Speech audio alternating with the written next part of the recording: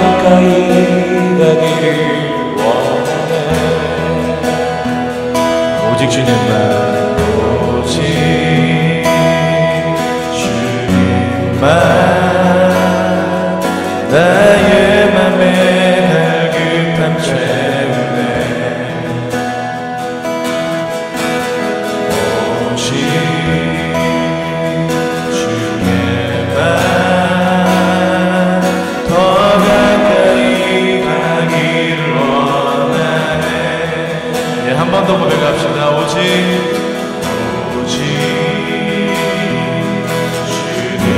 주님만 나의 맘에 달급함 채우네. 오직 주님만 더 가까이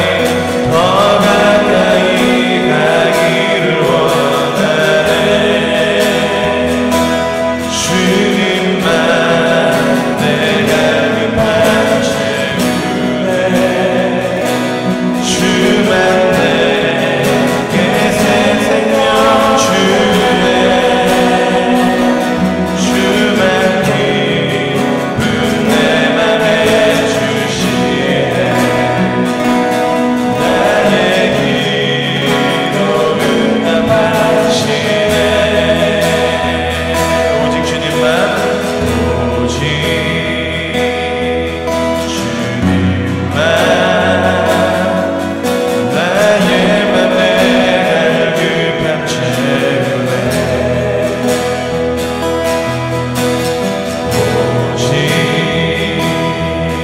주님만 더 가까이 가기를 원하네. 우리 자매님들이 고백합시다. 오직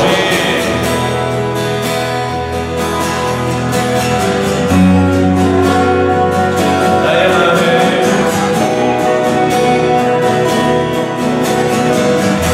우리 형제님들 고백합시다. 오직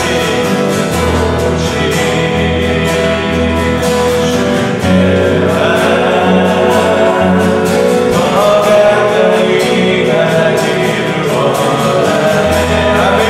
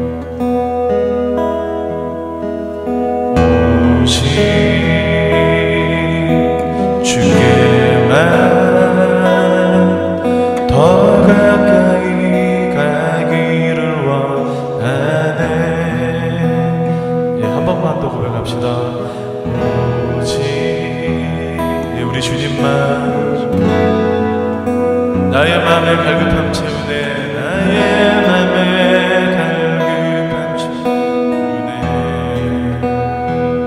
오직 주께만 오직 주께만 더 가까이 가기를 원하네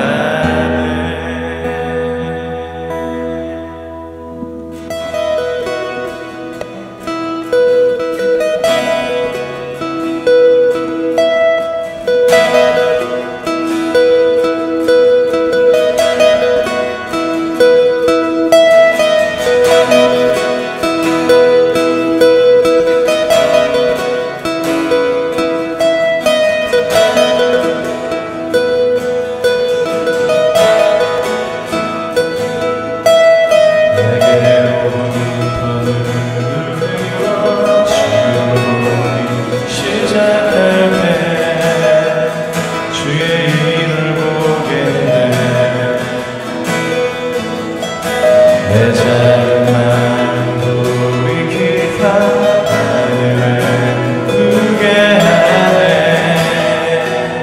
주님을 볼 때 내게로부터 눈으로 주를 보기 시작할 때 주의 일을 보겠네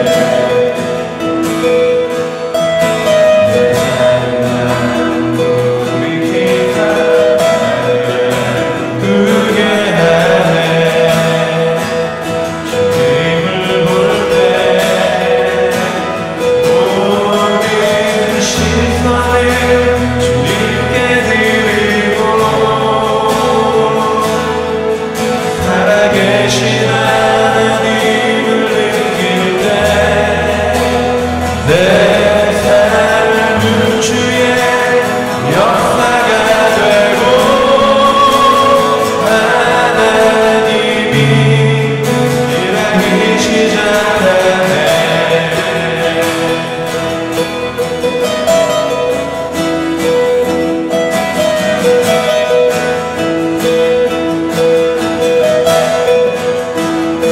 성령이 나를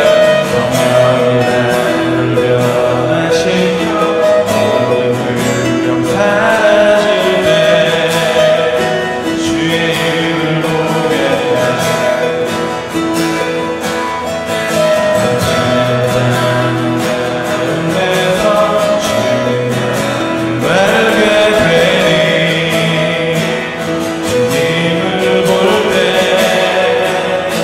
모든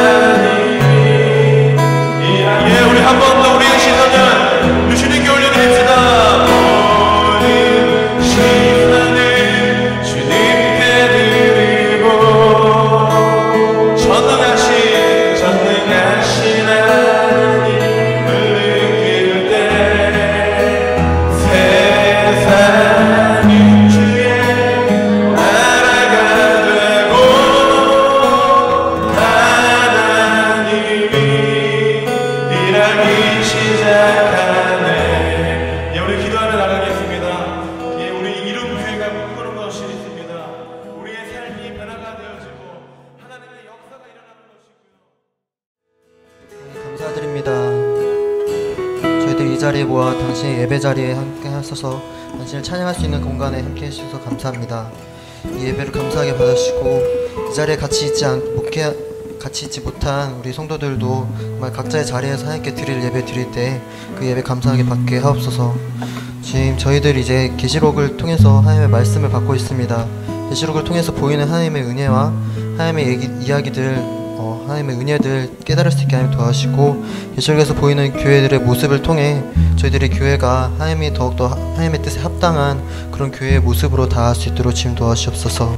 정말 이룬 교회가 하나님의 뜻을 밝히 알고 그것을 실현해 나가면서 세상에 영향력을 주고 영혼들을 품고 살리는 그런 능력 있는 교회로, 교회 있는 교회가 되게 하시고 살아있는 교회가 하시고 성장하는 교회가 될 수 있도록 끝까지 지켜주시옵소서. 언제나 함께 하실 것을 믿습니다. 예수님의 이름으로 기도드렸습니다.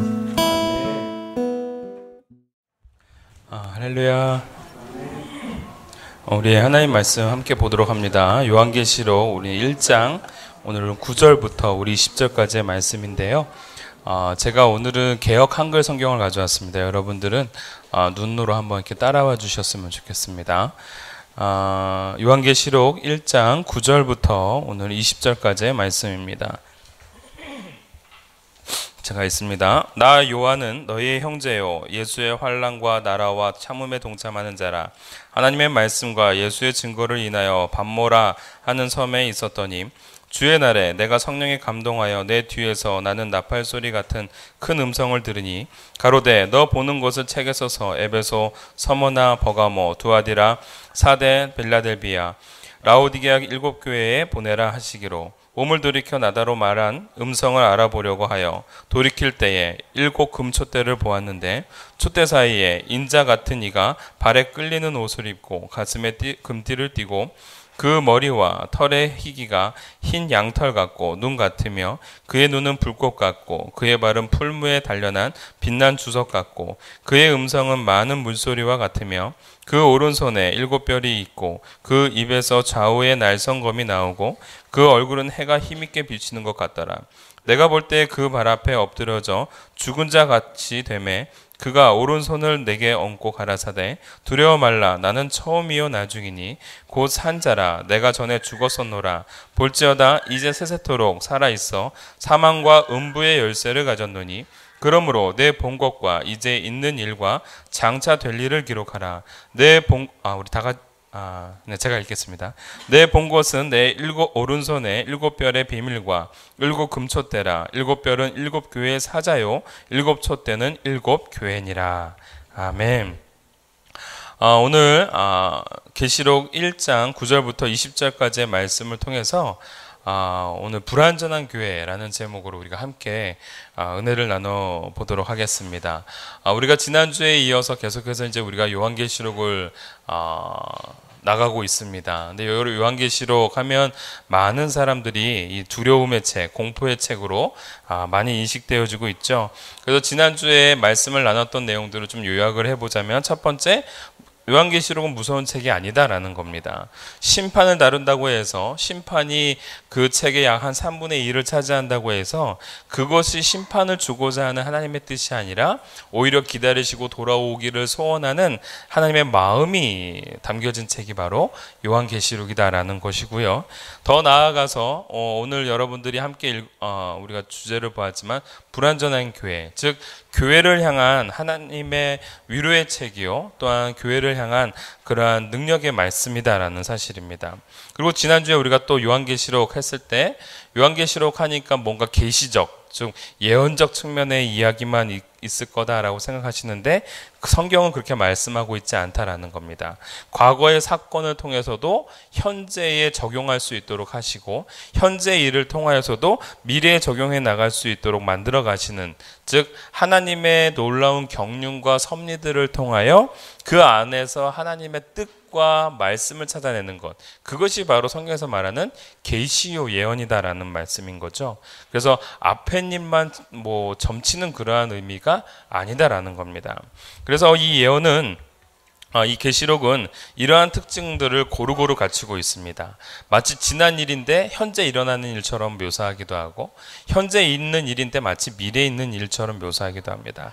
그러나 결국은 궁극적으로 그러한 현세 속에 담겨져 있는 하나님의 놀라운 섭리들을 가지고 오늘 우리로 하여금 어떻게 만들어 주시느냐, 바로 하늘을 품고 하나님을 바라보면서 오늘 우리로 하여금 새로운 하늘 소망을 갖게끔 해주신다라는 겁니다. 무슨 얘기입니까?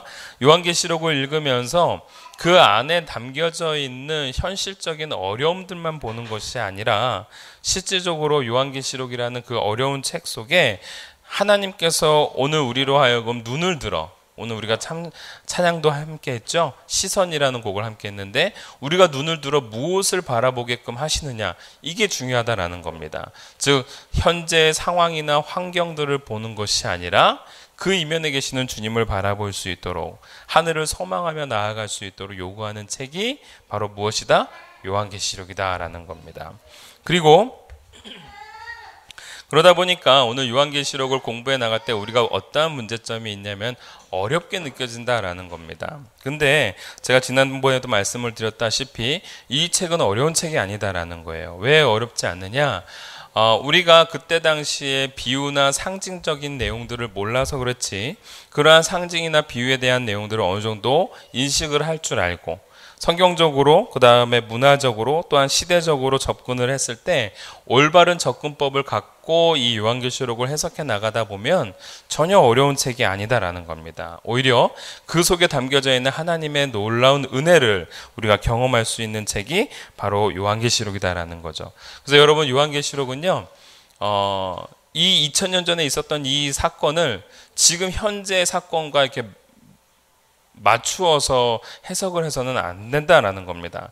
그때 당시에 있었던 시대적, 문화적, 그 다음에 그들이 요구했던 어떤 사인, 그 상징의 기법들을 서로 공유하고 알 때만이 비로소 우리는 그 내용들을 온전히 인지할 수가 있다라는 겁니다.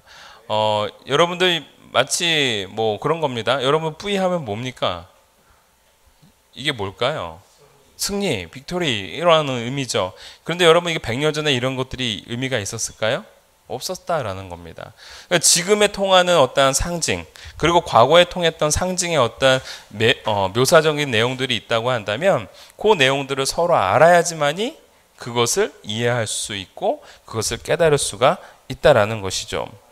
여러분, 그래서 계시록은 바로 구약의 언어, 즉 구약에서 나와 있던 많은 상징적인 내용들을 이 신약에 들어서 사용하고 있습니다. 그러다 보니까 그 교회의 수신자가 되어지고 있는 7 교회들은 아는 거죠.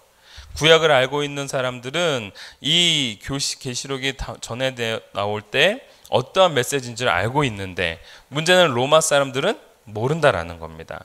그래서 요한이 이 편지를 7 교회에게 보냈을 때 잘 전해줄 수 있었던 이유 중에 하나가 그들만이 갖고 있는 상징적 기법을 쓰고 있기 때문에 남들이 봤을 때는 무슨 내용이다? 그냥 판타지 소설처럼 느껴질 수밖에 없다라는 겁니다. 그래서 우리가 이 요한계시록에 대한 부분들은 바로 그러한 내용들을 차근차근히 알아가면 된다라는 것입니다. 제가 그러면서 이렇게 오늘 칠판을 좀 준비를 했습니다. 오늘 제가 강의를 세미나식으로 강의를 할 텐데요. 여러분들 함께 좀 잘 따라와 주셨으면 좋겠습니다.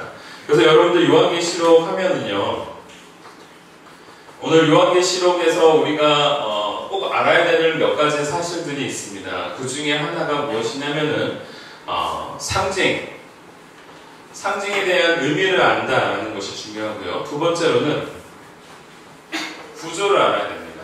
어떠한 구조를 알아야 되느냐? 여러분들 요한계시록을 읽으면 정리가 잘 와닿지 않습니다. 왜 그러냐면 요한계시록은 몇 가지의 어떤 구조적인 특징을 가지고 있는데 그것을 인지하지 않고 읽게 되면 너무 혼란스럽습니다. 예를 들면 이 집 건물이 어떻게 생겼는지를 알고 들어가는 거와 전혀 모르고 들어가서 찾아 헤매는 거는 서로 다른 것이죠. 그래서 여러분들 건물에 들어가면 낯선 사람들을 위해서 무엇을 늘 앞에다 준비해 놓습니까? 인포를 준비해 놓습니다. 여기에 무엇이 있는지 정도는 알 수 있도록 인포메이션들을 늘 준비해 놓죠. 여러분 마찬가지입니다. 여러분들 요한계시록을 잘 읽어가기 위해서 무엇을 알아야 되냐? 구조를 통해서 그 인포메이션들을 여러분들이 잘 이해를 하고 가야 된다는 거예요. 그래서 이 부분을 알고 상징을 알고 구조를 알면 요한계시록은 다 어느 정도는 다 알 수가 있습니다. 굳이 해석되지 않는 것들을 막 해석하려고 애쓸 필요가 없다는 겁니다. 여러분 그거 너무 억지스럽게 해석을 하면은요 이단되는 거예요. 여러분 아시겠죠? 그래서 억지스럽게 해석하는 것이 아니라 그 상황과 비유와 성경적인 고찰을 통해서 이것이 맞는지 안 맞는지를 보면서 우리가 보는 것이 참 좋다라는 겁니다. 그래서 여러분 오늘은 이번 주에는 제가 요한계시록을 이해하기 위해서 먼저 구조를 먼저 살펴보도록 하겠습니다. 구조를 내 머릿속에 두고 이 요한계시록을 읽으면은요, 이 요한계시록에 대해서도 좀 더 쉽고 또한 적극적으로 알아갈 수가 있습니다. 제가 그러면 오늘 이 구조를 함께 나눠보도록 하겠습니다. 자, 요한계시록을 알 때 우리는 크게 요한계시록은 크게 세 부분으로 나눌 수가 있습니다. 이렇게 세 부분으로 나눌 수가 있는데요. 잘 안 보이나요? 자, 이렇게 우리가 A, B, C 이렇게 나눌 수가 있는데요. 여러분들 이렇게 A 한 부분은 A, B, C 이렇게 나눌 수가 있습니다. 자, 요한계시록의 구조를 이해를 하면 많은 부분 쉽게 이해할 수 있다는 이유는요. 여러분들이 성경책을 읽으면서 내가 지금 어느 시점을 읽고 있는지를 깨달을 수 있기 때문에 그렇습니다. 첫 번째 A에 대해 해당되는 부분은 1장부터 5장입니다. 1장부터 5장, 그 다음에 B에 해당하는 부분은 6장부터 16장까지고요. C에 해당하는 부분은 그 다음에 17장부터 마지막 22장까지입니다. 근데 각 A, B, C에는 독특한 주제가 있습니다. 그 주제를 우리가 알아야 되는데 하나의 주제는 일곱 교회와 무엇이냐면 보좌입니다. 보좌. 왜 보좌가 나오는지 말씀을 드릴게요. 두 번째로는 B 부분에서는 심판과 교회입니다.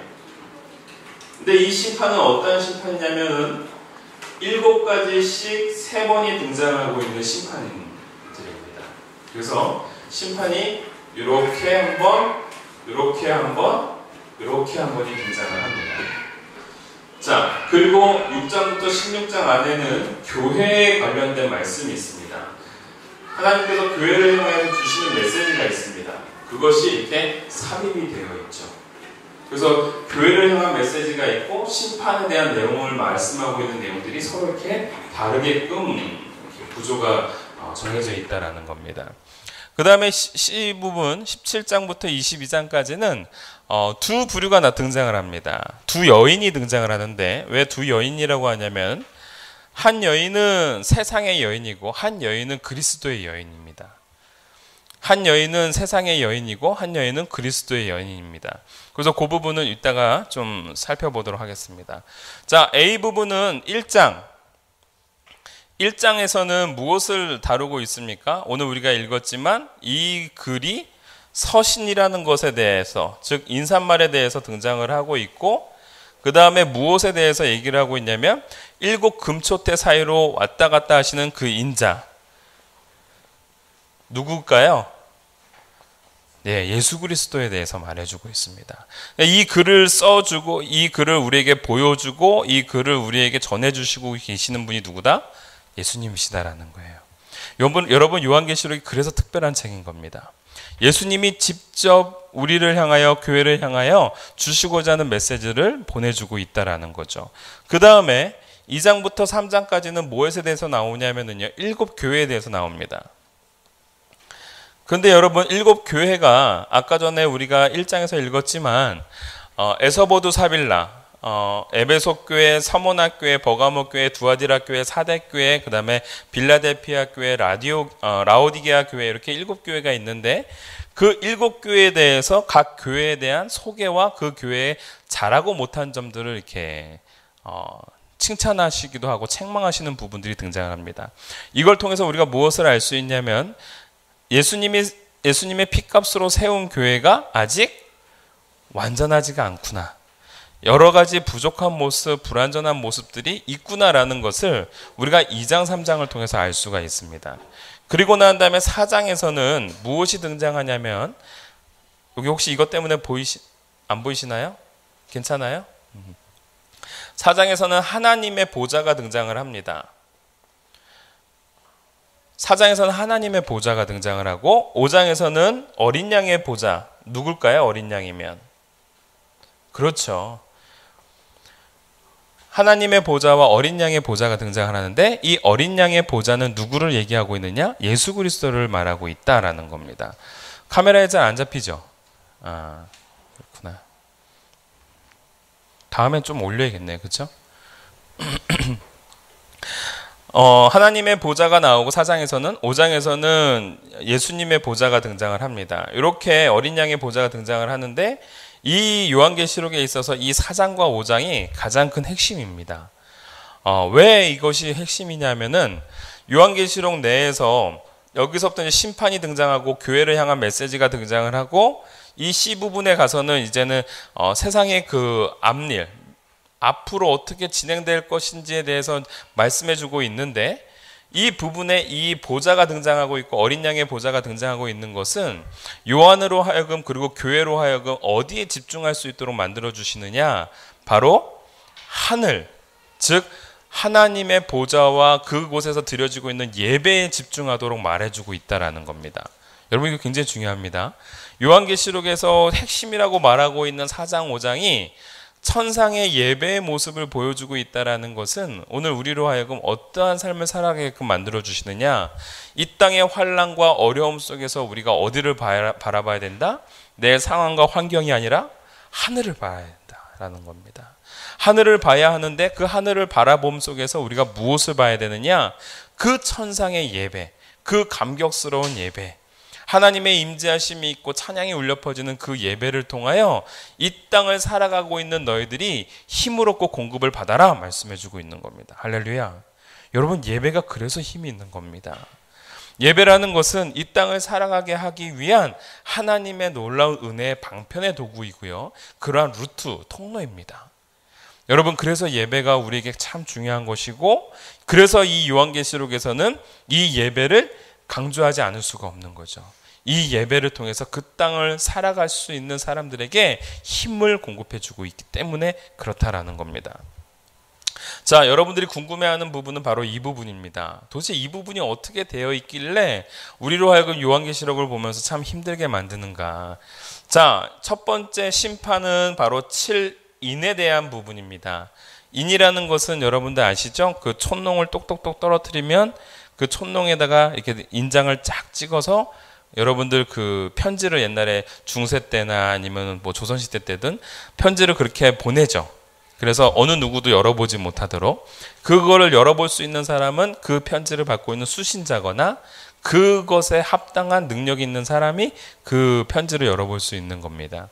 자, 7인이라는 부분이 등장을 합니다. 그래서 한 인이 띄어질 때마다, 한 두루마리에 있는 인들이 띄어질 때마다 심판이 등장을 하고 있고요. 그래서 1, 2, 3, 4, 5, 6, 7, 7개의 심판이 등장하고 있다는 겁니다. 두 번째 심판은 뭘까요? 7 나팔입니다. 나팔이 하나하나씩 불러질 때마다 또다시 여러 가지의 심판의 모습들이 등장을 하고 있다라는 겁니다. 자, 마지막 세 번째로는 7 대접입니다. 7 대접, 7 대접이라는 것은 사발, 볼이죠. 그래서 한 대접씩 엎어버립니다. 엎어버릴 때마다 그 사인이 있을 때마다 심판들이 또 하나, 둘, 셋, 넷, 다섯, 여섯, 7 이렇게 등장을 합니다. 여러분 7인, 7 나팔, 7 대접이 6장부터 16장 안에 그렇게 다 들어가 있습니다. 그러다 보니까 7인을 다루고 있는 장은 몇 장일까요? 6장에서 이 7인에 대해서 다루고 있습니다. 그 다음에 7장에서는 교회를 향한 메시지가 등장을 합니다. 이거는 제가 그랬죠? 교회를 향한 메시지라고요. 교회를 향한 위로가 등장을 합니다. 어떻게 보면 이거는 안전이라고 말하는 것이 좋습니다. 교회에 대한 안전에 대해서 하나님께서 선포해 주시는 겁니다.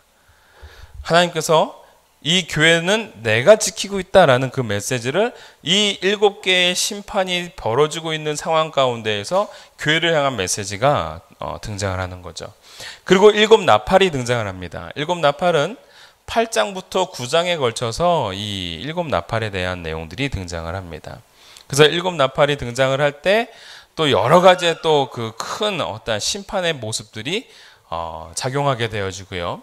그 다음에 10장부터 11장까지 또 교회를 향한 메시지가 등장을 하는데, 이 교회를 향한 메시지는 뭐냐면은 교회의 사명입니다. 교회에게 하나님께서 또 다른 사명을 주십니다. 여러분, 심판이 막 이루어지고 있는 그 상황 가운데서 교회는 자기 앞가림도 하기가 어려운 상황인데, 그때 하나님께서는 또 다시 교회를 향해서 어떠한 메시지를 넣어주십니다. 이러한 것들을 해라, 미션을 넣어줍니다. 그래서 교회의 사명이 등장을 합니다. 그 다음에 15장부터 16장까지가 이 7 대접에 대해서 말해주고 있습니다. 그러면은 여러분 뭐가 빠졌죠? 12장과 14장까지가 빠졌죠. 교회를 향한 메시지가 여기서 또 등장을 하는데요. 12장부터 14장까지가 교회에 뭐가 나오냐면 전투가 등장을 합니다. 교회의 전투. 누구랑 전투를 하는 겁니까? 누구랑 싸우는 거예요? 바로 세상의 권세를 쥐고 있는 그 용들과, 즉 그 사단의 무리들과 거짓 선지자들의 무리들과 교회를, 어린 양을 따르고 있는 그 자들이 함께 전투를 벌이는 장면입니다. 이길까요, 질까요? 이깁니다. 네. 결국은 요한계시록의 맨 마지막 메시지는 교회의 승리입니다.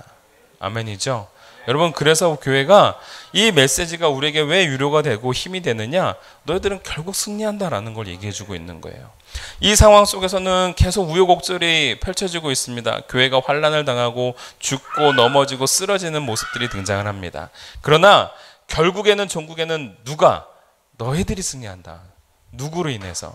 우리 주님으로 인해서. 할렐루야. 요한계시록은 그 메시지를 전해주고 있습니다. 그리고 난 다음에 17장과 18장에 걸쳐서 한 여인이 등장을 하는데, 어떠한 여인이냐면은 바로 큰 음녀가 등장합니다.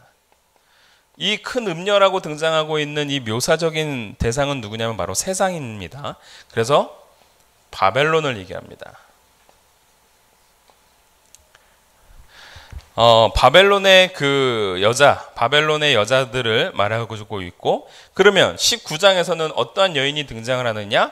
여기서는 어떠한 사건이 등장하면 예수 그리스도의 재림이 등장을 합니다. 예수 그리스도의 재림이 등장하면서 그 교회와 예수님이 혼인, 즉 결혼하는 모습을 등장하고 있죠. 즉 교회라고 말하는 것은 바로 그리스도의 여인, 예수 그리스도의 여인이 바로 교회다라는 겁니다.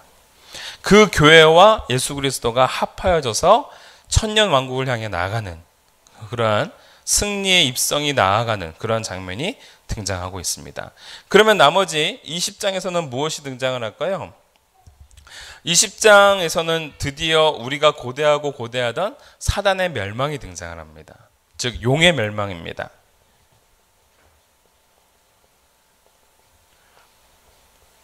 그 다음에 21장에서는 어떠한 것이 등장하고 있냐면 새 하늘과 새 땅, 그리고 새 예루살렘이 등장을 합니다.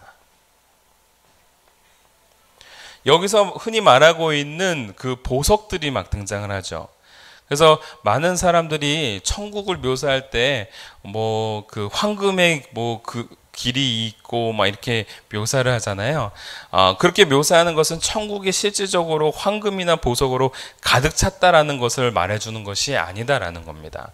그것은 나중에 말씀을 드리겠지만 불완전했던 이 7 교회가 나중에 이러한 환난과 이러한 역경과 하나님의 메시지를 통해서 견뎌내면서 그리스도와 연합되어져서 하나가 됐을 때 결국은 새 하늘과 새 땅, 새 예루살렘으로서, 즉 완전한 모습으로서 등장하는 교회를 묘사해 주는 부분이 바로 이 보석이라는 부분인 겁니다. 여러분, 생각을 해보십시오. 이 땅에 있는 금의 가치가 천국에서도 동일한 가치가 된다고 하면 여러분들 어떻게 살겠습니까? 뭐하러 천국 가서 삽니까? 지금 금을 모으는 게 낫죠. 그러면 지금 만수르는 천국에 살고 있는 겁니까? 아니다라는 겁니다. 여러분, 이 땅의 가치와 하늘의 천국의 가치가 만약에 동일하다고 한다면 그것만큼 비참한 것은 없을 겁니다. 다시 말하자면 7교회가 천국을 향해 나아가는 것이 아니라 7교회가 완성되어져 나가는 그 묘사를 한 내용이 바로 새 하늘과 새 땅, 새 예루살렘이 된 거다라는 겁니다. 그리고 이들은 바로 누구냐?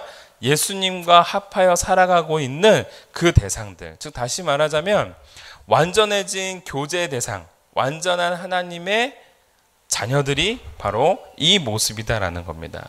그리고 22장에서는 이제 뭐가 나올까요?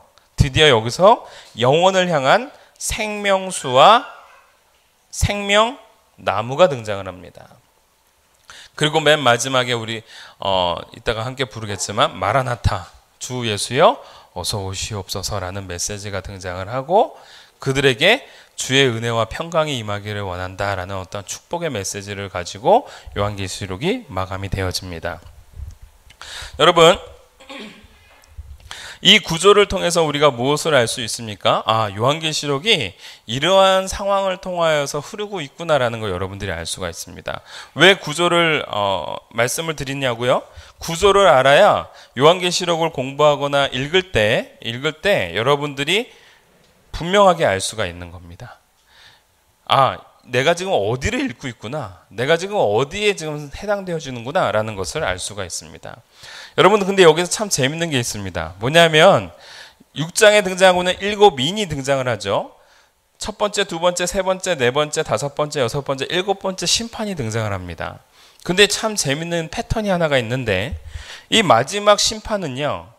마지막 심판은 그 다음에 나올 그 심판을 열어주는 관문의 역할을 합니다. 그래서 여러분 7번째인이 6장에 등장을 하지 않습니다.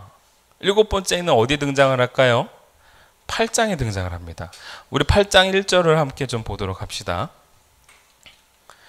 8장 1절을 보면 제가 이렇게 읽어드릴게요. 7째 인을 떼실 때에 하늘이 반시 동안쯤 고요하더니 내가 보매 하나님 앞에 시위한 7천사가 있어 7나팔을 받았더라. 자, 7번째 인이 8장 1절에서 열리죠. 그러면서 8장 1절에서 7나팔이 등장을 합니다. 그러면 마찬가지로 이거는요. 15장 1절에서 또 등장을 하는 겁니다. 7 대접을 열어주는 역할을 하는 거죠. 자, 한번 볼까요?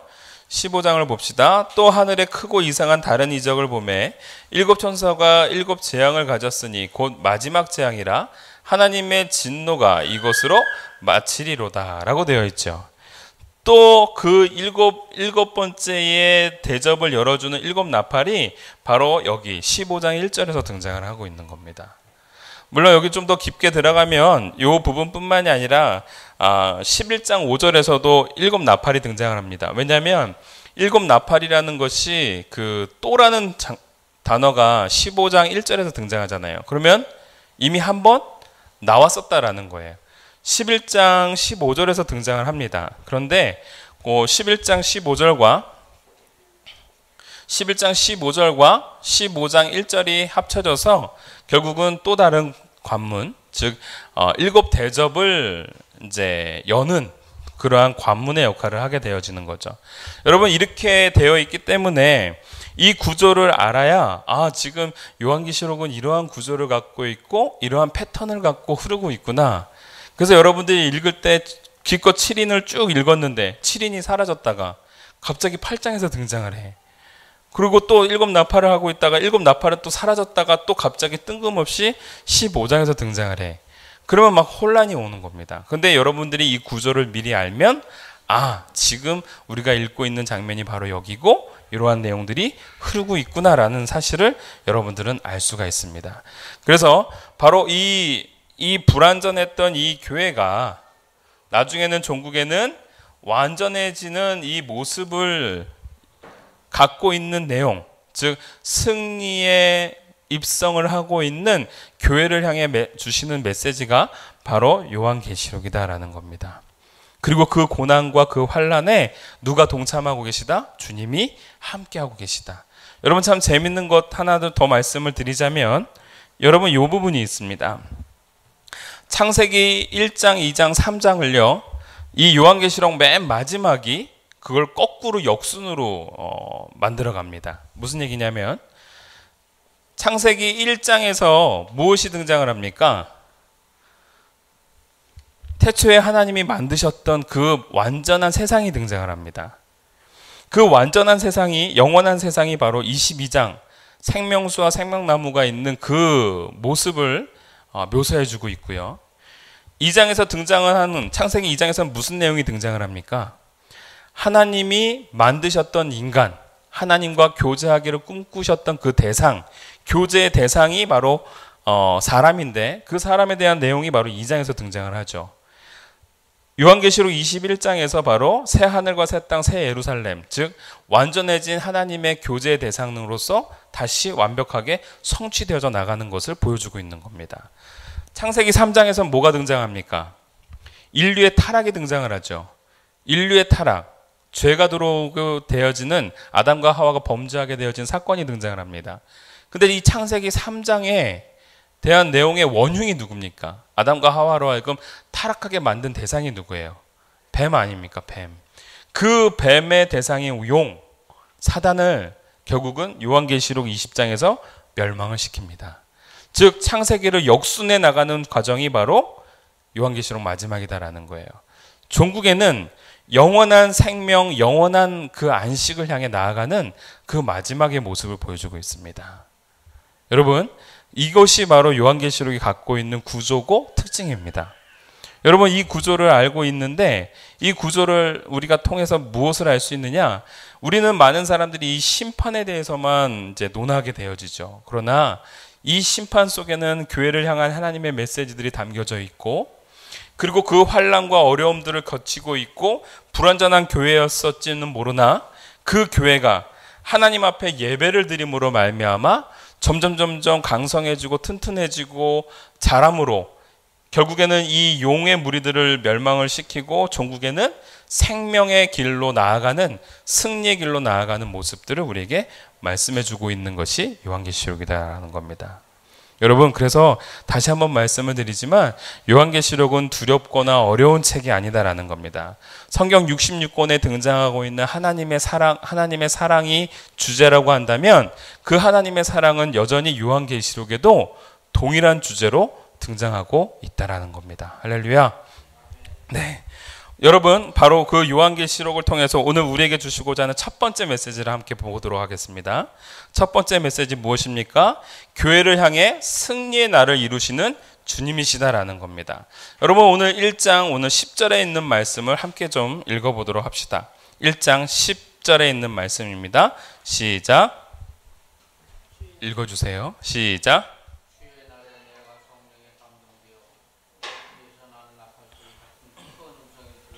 네, 여러분 오늘 10절에 뭐라고 말씀하고 있습니까? 주의 날에라고 되어 있습니다. 주의 날이 어떠한 날이에요? 주일인 겁니다. 여러분, 이 주일이라는 것은 안식일 그 다음 날 8일째를 얘기하는 겁니다.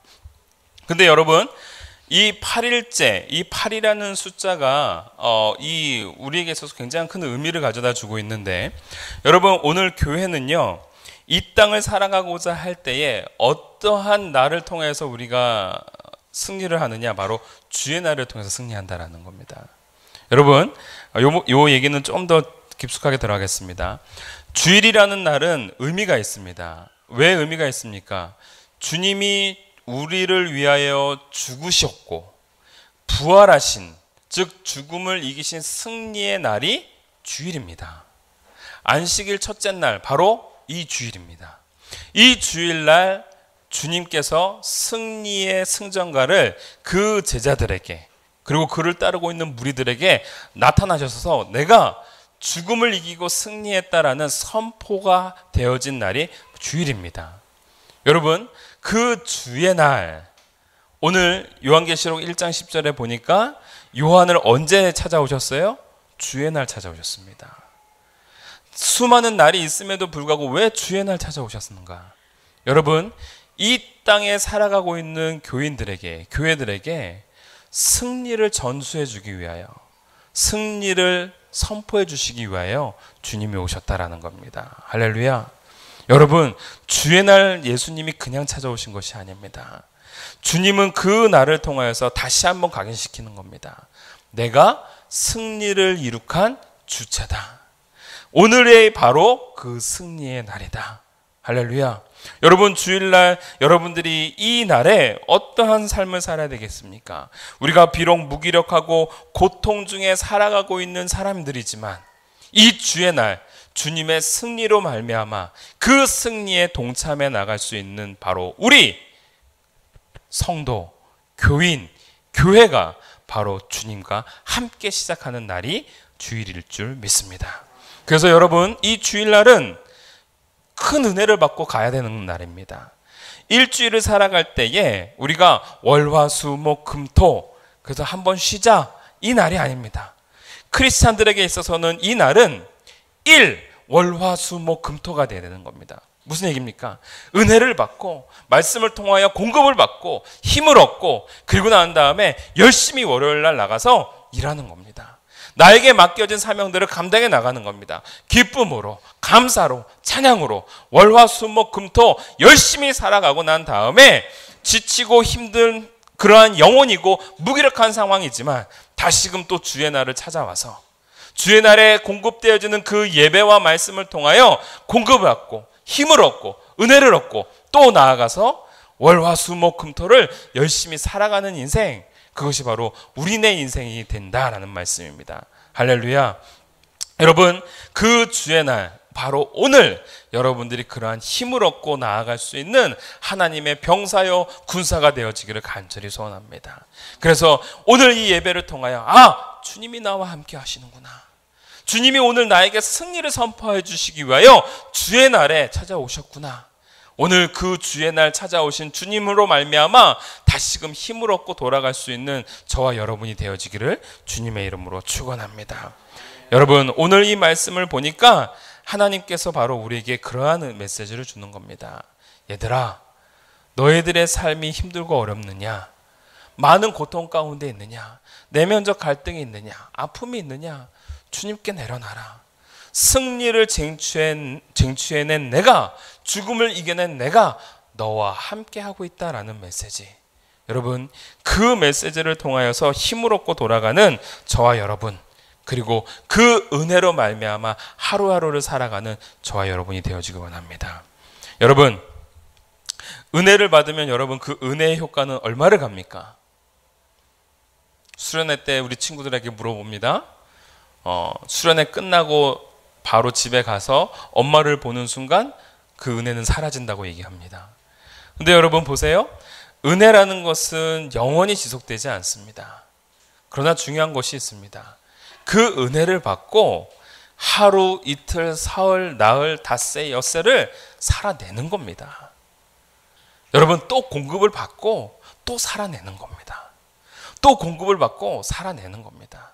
언제 우리가 한 번이라도 큰 은혜 받았다고 해서 한 달, 1년 간 적 있습니까? 없습니다. 우린 그러한 인생이 아닙니다. 계속해서 영의 공급을 받아야 되는 거고, 영의 양식을 받아야 되는 거고, 그러한 공급으로 말미암아 또 힘을 얻고 한 주간 살아가고, 또 힘을 얻고 한 주간 살아가는 겁니다. 근데 그 공급이 없어도 잘 살아간다. 그런 영적 공급이 없어도 나는 1년, 2년 동안은 아무 일 없이 잘 살아간다. 여러분, 죄송하지만 영이 죽은 겁니다. 영이 무감각한 겁니다.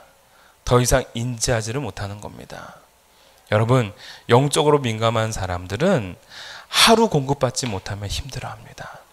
은혜를 공급을 하기를 원하고 은혜 공급받기를 사모하는 마음이 있을 때 내가 살아있다라는 증거인 것이고, 예배를 사모하고 찾아오는 인생이 될 때 그것이 바로 내가 영적으로 깨어있다라는 증거입니다.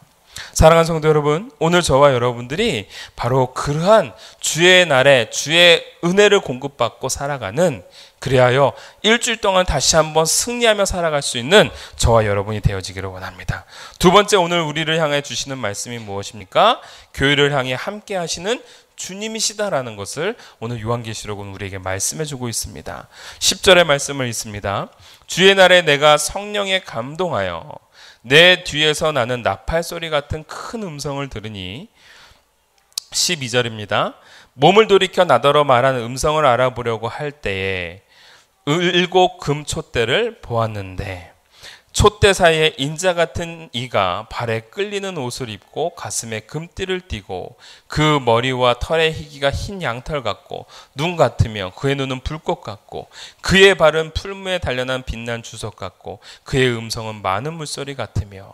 여러분, 누구를 묘사하고 있는 겁니까? 예, 그렇습니다. 예수님을 묘사하고 있는 겁니다. 큰 나팔 같은 그 소리, 우렁찬 소리, 승리의 기상을 알리는 그 소리에 내가 내 뒤를 돌아보았더니 누가 거기에 계시더라? 인자가 계시더라. 주님이 그곳에 계시더라라는 겁니다. 여러분, 무슨 얘기입니까? 내 삶에는 많은 문제들과 고통과 환난들이 산더미처럼 놓여져 있고 내 환경을 뒤돌아봤을 때는 어떠한 소망도 바라볼 수가 없었는데 세상에 그 문제의 산더미 속에 나는 홀로 처박혀 있구나라고 생각할 때에 내 뒤에서 어떠한 음성이 들려요? 주님의 음성이 들려요. 내 뒤에서 큰 나팔의 승리의 목소리가 들려요. 많은 물소리와 같은 그러한 능력 있는 목소리가 들려요. 여러분, 누가 나와 함께하고 계시는 겁니까? 주님이 나와 함께하고 계시는 겁니다. 지금 요한은 그 환난과 고통 속에서 이 서신을 교회에게 전달해야 되겠구나. 지금 자기 자신도 지금 감옥살이를 하고 있는 상황이었는데 자기를 뒤돌아봤을 때 철창밖에 없고 자기를 뒤돌아봤을 때 벽돌밖에 없는 그 상황 속에서 세상에 내 뒤에서 나를 향하여 외치시는 주님의 음성이 있다라는 사실. 할렐루야. 그 음성이 나와 함께하고 있다라는 사실입니다. 여러분, 요한계시록은 그냥 쓰인 것이 아닙니다. 말 그대로 계시와 묵시입니다. 오늘 주님이 그 속에 본인의 마음과 본인의 메시지를 담아서 요한에게 전해주고 있는 겁니다. 생각지도 않은 곳에 주님의 음성이 들리고 생각지도 못한 상황 속에서 주님의 위로가 있으며 홀로 있다 여길 때 오늘 우리 주님은 나와 함께 계십니다. 오늘 교회를 향하여 오늘 주님이 주시는 메시지입니다.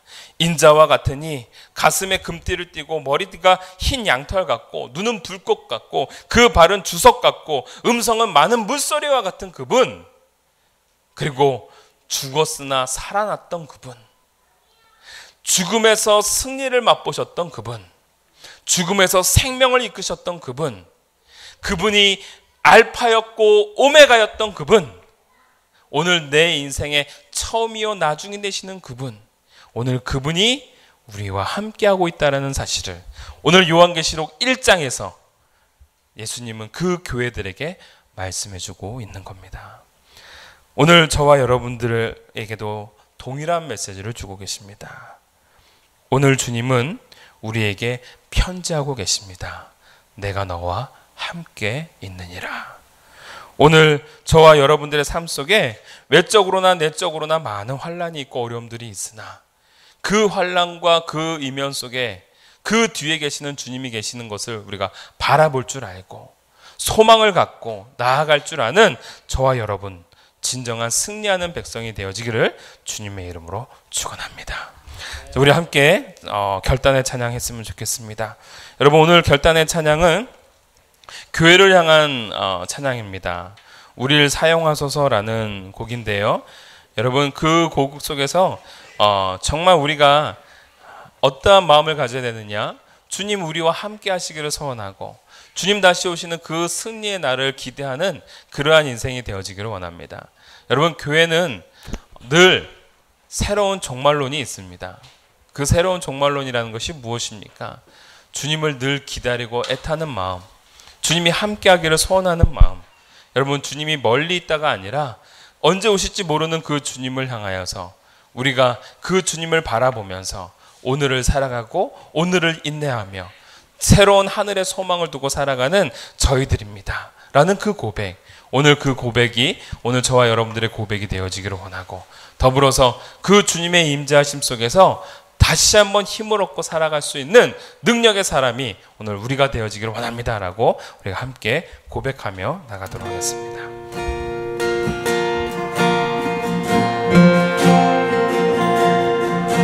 우리에겐 소원이 하나 있네.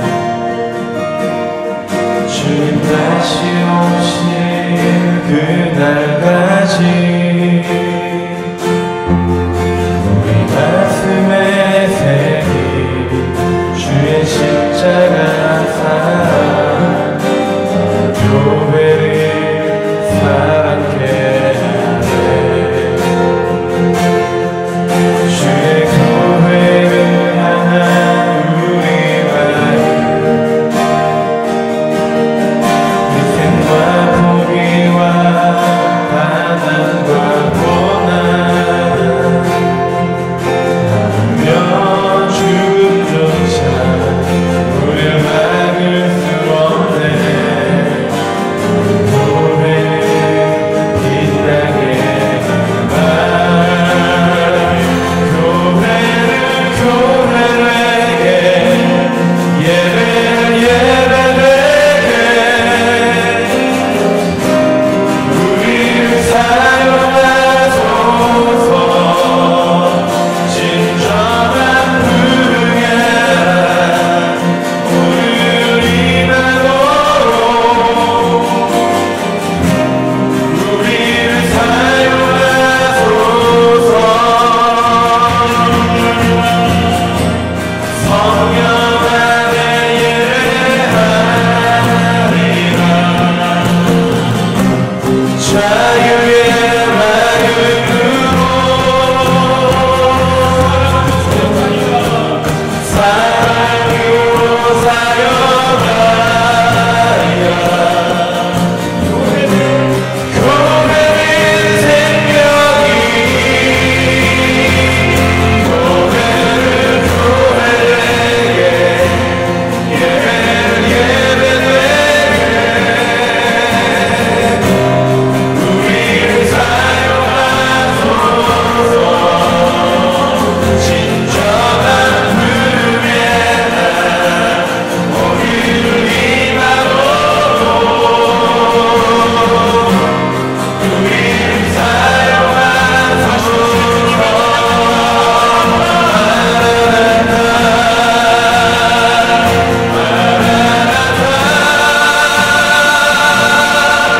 아멘. 주 예수여 오시옵소서.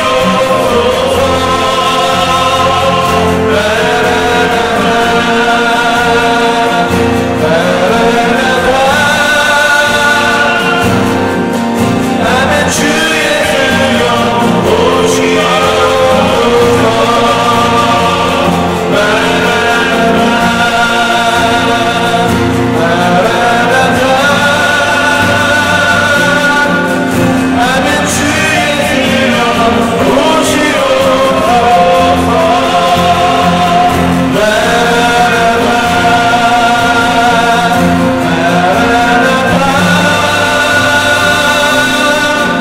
아멘. 주 예수여 오시옵소서.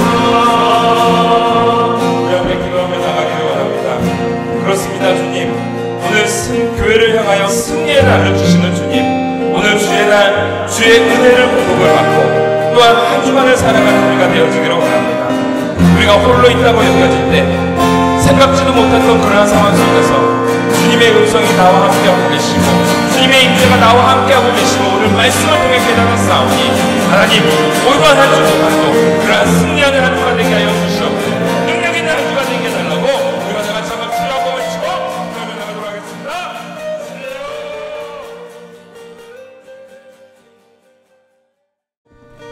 사랑해 주님 감사합니다. 오늘 말씀을 통해 우리가 깨닫습니다. 불완전한 교회이고 불완전한 우리들의 모습입니다. 그러나 그 속에서 주님의 메시지가 있고 또한 주님의 사랑이 녹아져 있음을 오늘 말씀을 통해 깨닫사오니 심판과 진노 중에서라도 그 은혜를 잃지 않으시는 그 하나님을 오늘 우리가 다시 한번 바라봅니다. 우리가 홀로 있다 여겨졌을 때에, 우리가 절망의 그늘 속에 머물러 있을 때에 교회를 향하여 승리의 날을 선포해 주시는 주님, 죽음을 이기시고 절망을 이기시고 실망과 낙심을 이기신 그 승리의 날, 그 주의 날, 오늘 우리가 은혜를 얻고 힘을 얻고 돌아가기를 간절히 소원합니다. 하나님 함께하여 주시사 죽음의 권세를 깨고 이겨내신 그 예수님의 능력 가운데 우리가 함께 동참하고 참여해 나갈 수 있는 저희들 되게 하여 주시옵소서.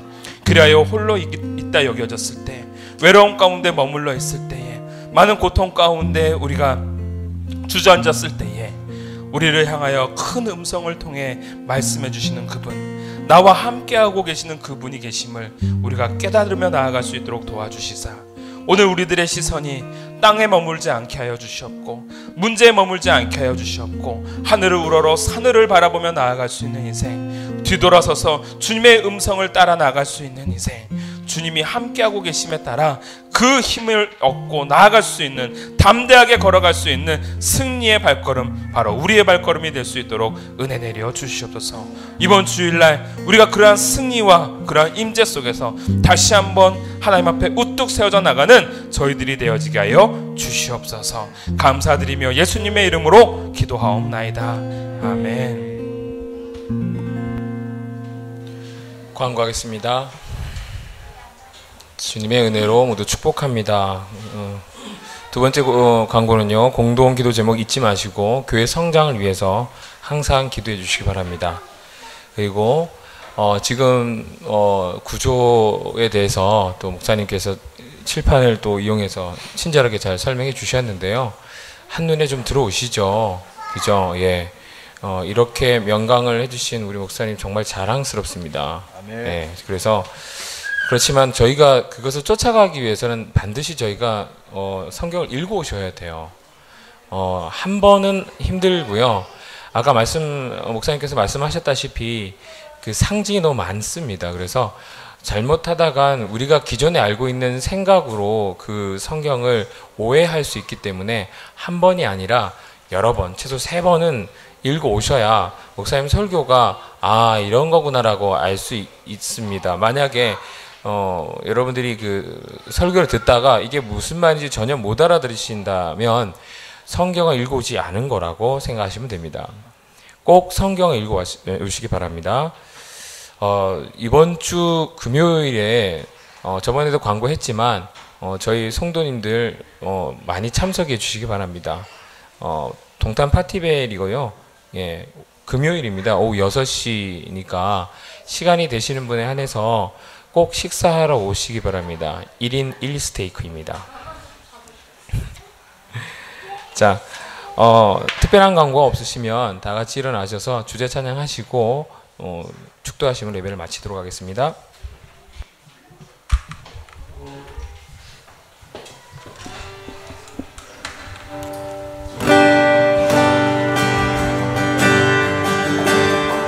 우리 온 열방의 통치자 되신 주님을 찬양합시다. 열방의 통치자, 세상이 보리라. 신실한 주의 약속을, 교회는 승리하리, 교회는 승리하리.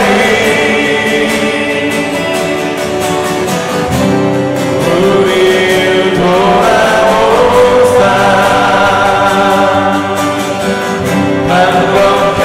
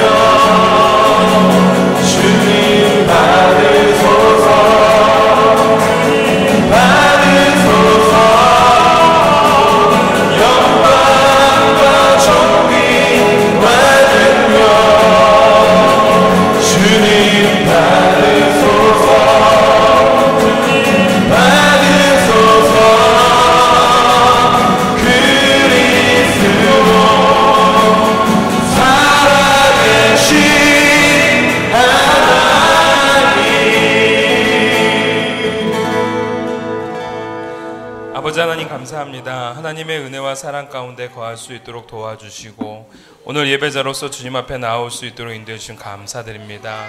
하나님 우리의 삶을 드리고 또한 우리들의 손을 통하여서 작은 예물 드리오니 하나님이 흠양하여 주시옵고 주의 날 주님 앞에 드림바 되어질 수 있는 아름답고 귀한 산 제사 또한 산 제물 바로 우리가 될 수 있도록 은혜 내려 주시옵소서. 드린 예물이 하나님의 나라와 하나님의 사람을 세우는 데 부족함이 없도록 인도하여 주시옵고 더욱더 우리들의 삶과 지경들이 확장되어짐으로 말미암아 감사의 고백들이 더욱더 흘러넘칠 수 있는 저들의 인생 되게 하여 주시옵소서. 지금은 우리 주 예수 그리스도의 은혜와 극진하신 아버지의 사랑과 성령님의 감화 감동 역사하심이 오늘 주의 날을 맞이하여 승리를 얻고 돌아가는 모든 성도들 위해 또한 생각지 못했던 그 상황 속에서 늘 주님의 임재하심을 경험하고 또한 그 모습을 바라보기를 소원하며 우리의 시선을 수정하고 돌이키기를 원하는 모든 지체들 위해 그리고 또한 인터넷을 통하여서도 시청하고 있는 모든 지체들 위해 지금으로부터 영원토록 함께 계실지어다. 아멘.